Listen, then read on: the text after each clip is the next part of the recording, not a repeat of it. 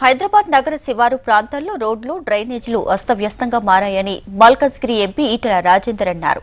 బిల్లులు రావడం లేదని, కాంట్రాక్టర్లు పనులు చేయడం లేదని చెప్పారు. 1 కోటి జనాభా ఉన్న నగరం దారుణ పరిస్థితిలో ఉందన్నారు. గతంలో టెండర్లు అయిన పనులకు బిల్లులు చెల్లించి తక్షణమే పనులు పూర్తి చేయాలని ఈటెల కోరారు.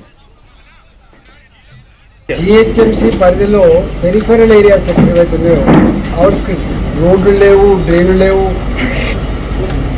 వీధి దీపాలు లేవు, అస్తవ్యస్తంగా తయారైంది. గతంలో రోడ్ల కోసం కానీ, డ్రైన్ల కోసం కానీ, మీడియాల కోసం కానీ, లైట్ల కోసం కానీ శాంక్షన్ అయినటువంటి వరకు కూడా ఆగిపోయింది.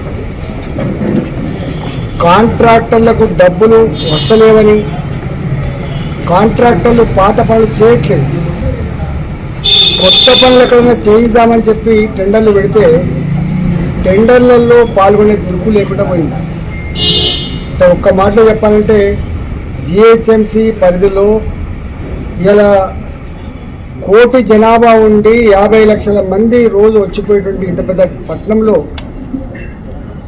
ఇట్లాంటి దౌర్భాగ్య పరిస్థితి దాపరించింది. నేను ఒకటే ప్రభుత్వాన్ని కోరుతున్నా, పాత ఏవైతే టెండర్లు అయి పనులన్నీ కూడా ఆగిపోయినాయో, మధ్యలో ఆగిపోయినాయో, కాంట్రాక్టర్ల బిల్లులు చెల్లించి తక్షణమే ఆ పనులు పూర్తి చేయించాలని చెప్పి